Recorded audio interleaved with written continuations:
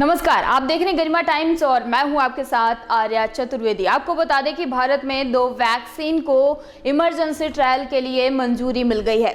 दरअसल इन सब चीज़ों के बीच या यूं कहें कि नए साल में भारत पूरे देश को एक नया तोहफा मिला है, जिसको लेकर कहीं ना कहीं लोगों के मन में खुशी भी है।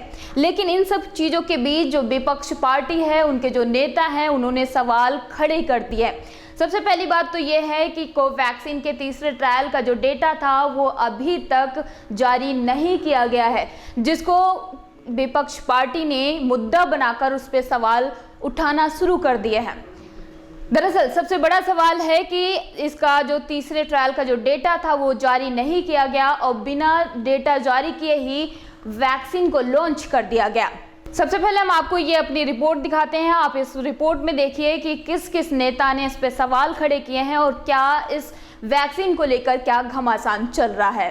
कोरोना वायरस की 2 वैक्सीन को भारत में मंजूरी मिल चुकी है। ऑक्सफोर्ड यूनिवर्सिटी द्वारा विकसित कोविशील्ड वैक्सीन के बाद भारत बायोटेक की कोवैक्सीन को भी इमरजेंसी इस्तेमाल की मंजूरी मिल चुकी है। हालांकि मंजूरी मिलने के साथ ही ये वैक्सीन विवादों के घेरे में आ चुकी है। दरअसल कोवैक्सीन के तीसरे चरण के ट्रायल का डेटा अब तक जारी नहीं किया गया है। ऐसे में सवाल किए जा रहे हैं कि आखिर डेटा सामने आने से पहले ही वैक्सीन को मंजूरी क्यों दे दी गई है। अब इसी बात पर सियासत भी शुरू हो गई है। कांग्रेस के कई नेताओं ने इस फैसले पर सवाल खड़े कर दिए हैं, जिस पर बीजेपी ने पलटवार किया है और इसे कांग्रेस का दिवालियापन बता दिया है। कांग्रेस के सीनियर नेता शशि थरूर ने कहा कि कोवैक्सीन ने अभी तक अपना तीसरा ट्रायल भी पूरा नहीं किया है।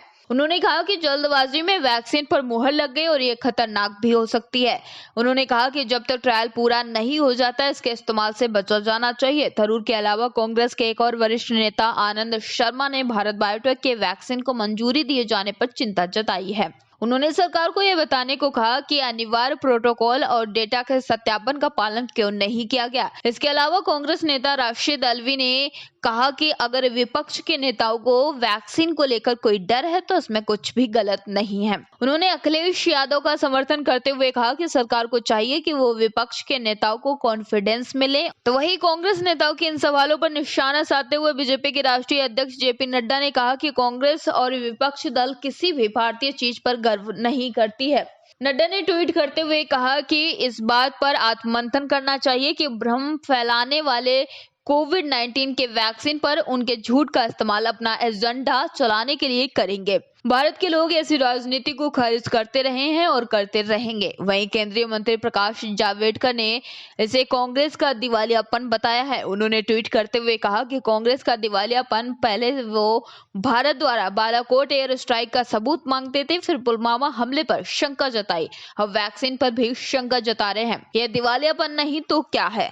तो वहीं दूसरी तरफ इन आरोपों को खारिज करते हुए भारत बायोटेक के अध्यक्ष कृष्णा एल्ला ने रॉयटर्स न्यूज एजेंसी को दिए एक बयान में कहा कि हमारा लक्ष्य पूरी दुनिया की आबादी के लिए इसे उपलब्ध कराना है, जिसे वैक्सीन की बहुत जरूरत है। उन्होंने कहा कि कोवैक्सीन मजबूत इम्यून रिस्पांस बनाती है और ये सुरक्षित भी है। कृष्णा एल्ला का कहना है कि कोवैक्सीन मेमोरी टी सेल पर भी अच्छा काम करती है। इससे शरीर में एंटीबॉडी लंबे समय तक रहेगी, जो भविष्य में अन्य इन्फेक्शन से भी बचाव करेगी। 2 डोज के साथ कोवैक्सीन की क्षमता 60% से भी अधिक बताई जा रही है।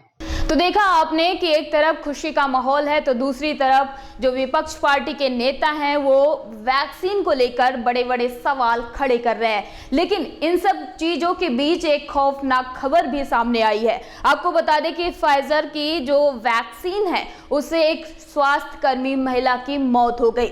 दरअसल ये वैक्सीन लगने के 48 घंटे बाद ही स्वास्थ्य कर्मी की मौत हो गई है, जिसको लेकर उसके पिता ने सरकार से जवाब भी मांगा है। फिलहाल अब तक के लिए इतना ही। लगातार देश दुनिया की छोटी बड़ी खबरों से रूबरू होने के लिए बने रहिए हमारे साथ और देखते रहिए गरिमा टाइम्स।